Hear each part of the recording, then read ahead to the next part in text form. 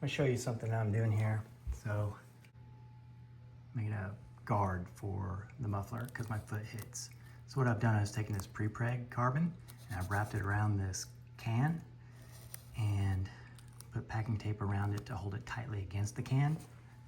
And I've filled the can with boiling hot water, which radiates pretty easily through the aluminum can.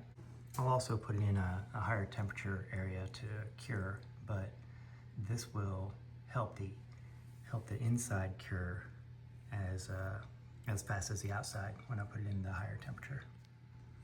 I'll show you when I get it off. All right, so I pulled it out of the oven, or the autoclave. Yes, the industrial autoclave that I was using, not my oven. There we go. See, gets right over that perfect diameter. So now I just need to trim it down a little bit.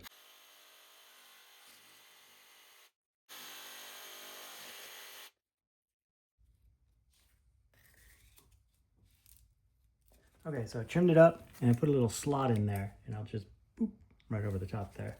I got some of this heat shielding. I'll go ahead and put this in the back and trim that off as well. Another cool thing is this will give it a little bit of spacing in there as well, so that the carbon doesn't rub against the stainless, because the carbon will scratch that. So I'm going to trim this off and slide it on the top. All right, so I did that. Let's slide this on top.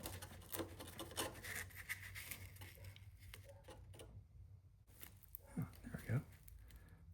Perfect.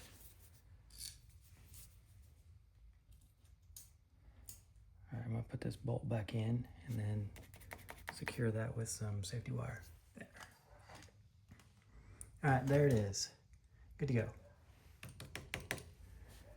Some place for my heel to butt against so I don't burn my boots off.